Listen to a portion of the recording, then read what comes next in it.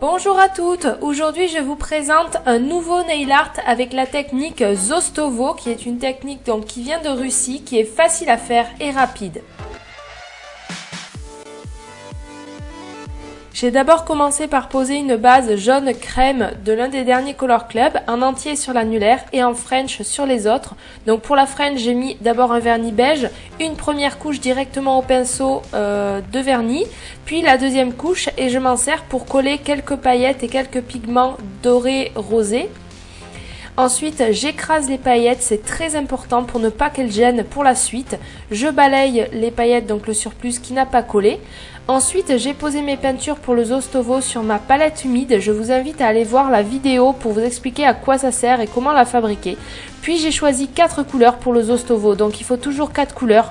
La couleur foncée, la couleur médium, la couleur claire et le blanc.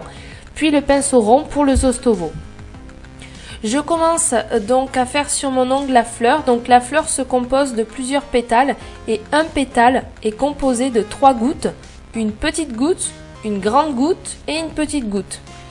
Donc là je commence toujours par faire en Zostovo la couleur la plus foncée, donc le violet foncé. Et j'écrase mon pinceau pour faire cette forme de goutte. Donc vous avez remarqué qu'avant j'ai matifié mon ongle, très important pour que la peinture accroche. Ensuite, je prends le violet médium, donc de couleur pas foncée, pas trop claire entre les deux en fait, et j'applique de la même façon que la première.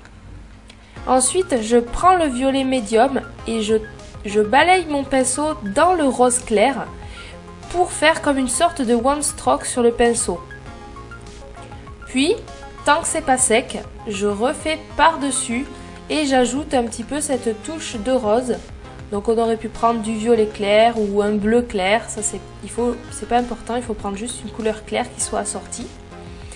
Et je refais la même chose, donc avec du violet médium et du blanc. Donc là on recommence les étapes pour l'annulaire, donc une fois que la première couche est sèche, je mets le violet médium tout seul. Ensuite je fais le sorte de one stroke avec le violet médium et le rose clair. Et je refais les 6 gouttes, puis je reprends du violet médium et du blanc et je refais encore la même chose. Donc ça se fait les peintures les unes sur les autres, faut pas attendre que ça sèche, il faut juste attendre que la première couche soit sèche. Mais pour les autres, on empile sans que ça sèche. Je vous invite à aller voir ma première vidéo de Zostovo où je vous explique en détail comment ça fonctionne. Ensuite, j'ai pris le pinceau de détail, de la peinture blanche très diluée, sinon vous n'arriverez jamais à faire des traits aussi fins. Et je vais faire les contours de mes pétales, plus quelques petits minuscules lignes à l'intérieur pour donner encore plus de relief à mon dessin et plus de détails.